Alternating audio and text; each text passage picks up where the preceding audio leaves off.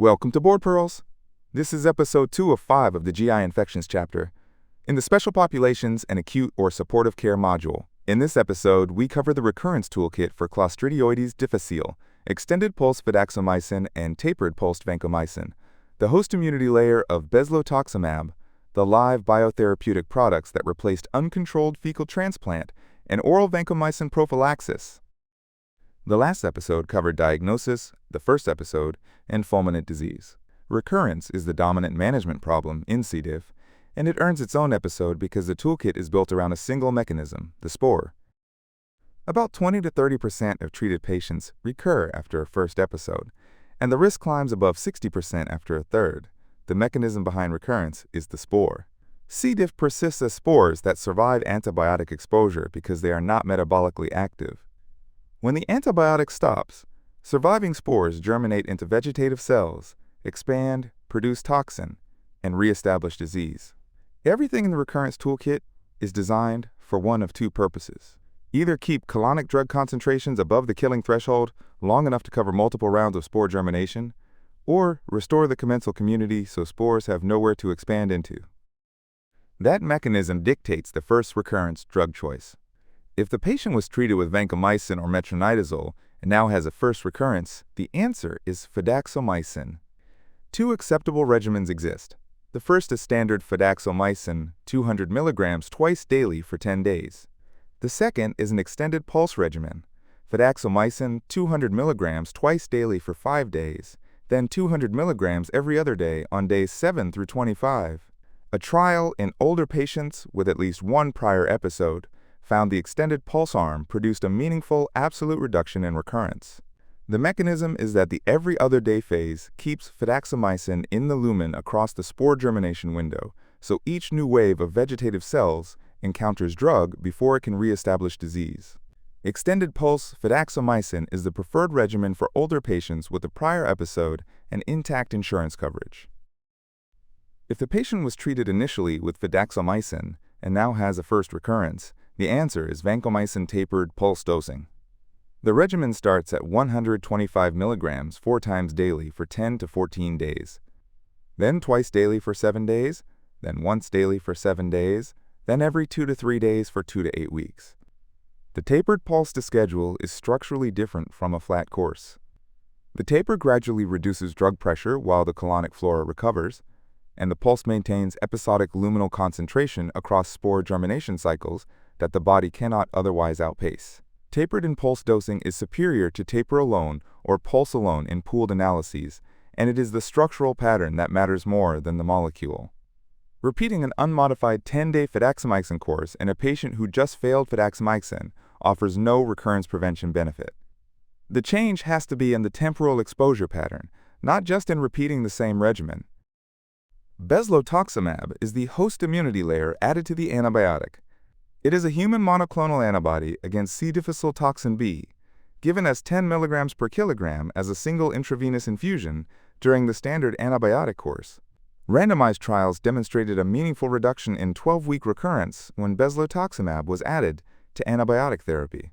The absolute benefit is greatest in patients with at least one recurrence risk factor: age over 65, prior CDI, immunocompromise, severe CDI, or infection with ribotype 027 or 078. The two negatives to keep straight are that Bezlotoxumab is added to the antibiotic, not substituted for it, and it does not treat active CDI on its own. A stem that offers Bezlotoxumab monotherapy as the answer for active fulminant disease is wrong on both counts. After 2 or more recurrences, the strategy shifts from antibiotics to microbiome restoration. The reason is that repeat antibiotic courses sustain only about 30% cure at that point, while microbiome restoring approaches reach 80 to 90% sustained cure. The pivotal randomized trial of duodenal infusion fecal microbiota therapy versus vancomycin in recurrent CDI showed far higher cure with fecal transfer, especially after a second treatment, than with vancomycin alone. The mechanism is that transferring a functioning microbial community restores the ecological pressure that suppresses C. diff germination in a way that no antibiotic can. The era of uncontrolled fecal microbiota transplantation has now been largely replaced by two FDA-approved live biotherapeutic products. Rebyota, the generic name is Fecal Microbiota Live JSLM, is administered rectally as a single dose after the patient completes a standard antibiotic course for recurrent CDI, and it gained FDA approval in 2022.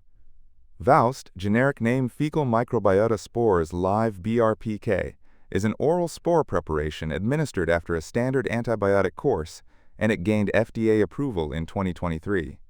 Both achieve sustained cure rates comparable to traditional FMT in adults, with at least one CDI recurrence after a previous episode. The ACG endorses live biotherapeutics for the second or subsequent recurrence. The clinical implication is straightforward. What used to be a heterogeneous FMT practice with variable donor screening and variable delivery has been standardized into two manufactured products with defined dosing, defined screening, and defined administration routes. Traditional non-product FMT is still done in specialized centers with mandatory donor screening per FDA enforcement guidance that includes extended-spectrum beta-lactamase E. coli, shigatoxin-producing E. coli, multi-drug-resistant organisms, viral pathogens, and SARS-CoV-2. Pre-FMT preparation includes controlling symptoms with vancomycin 4 times daily for 10 to 14 days, then tapering to the lowest effective dose, with referral to an established FMT program. The two named products are the modern answer on most stems. The recognition is that Rebyota is rectal single dose, and Vowst is oral spore preparation, both delivered after an antibiotic course completes. One adjunct strategy belongs in the Recurrence toolkit. Oral vancomycin prophylaxis during antibiotic exposure in patients with prior CDI reduces recurrence substantially. That benefit applies only to patients with prior CDI. The same prophylaxis in patients without prior CDI does not show a statistically significant benefit and is not recommended because the recurrence risk profile that the prophylaxis is designed to address is not there. Pull the Recurrence toolkit together. Recurrence is driven by the spore germination cycle, and every tool addresses it. Fidaxomicin extended pulse and vancomycin tapered pulse cover successive rounds of germination by keeping drug in the lumen across the germination window, and the structural pattern of taper and pulse matters more than repeating the same flat course. Bezlotoxumab adds host immunity against toxin B, layered onto the antibiotic rather than substituted for it.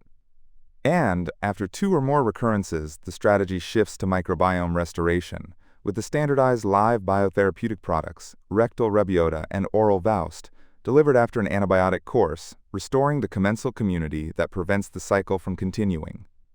Vancomycin prophylaxis during future antibiotic exposure closes the loop, but only in the patient with a prior episode. That sets up the next episode, where we leave C. diff and move to the community-acquired diarrheal infections. The traveler's diarrhea and bacterial enterocolitis space turns on antibiotic decisions that vary by pathogen, including the no antibiotics rule for Shiga toxin-producing E. coli because of HUS risk. The organizing question shifts from how to manage a single antibiotic-associated colitis to how to pick the right drug, or no drug at all, across a list of pathogens with very different biologies. For the full chapter, the practice vignettes, and the topic tag question bank, head to boardpearls.com.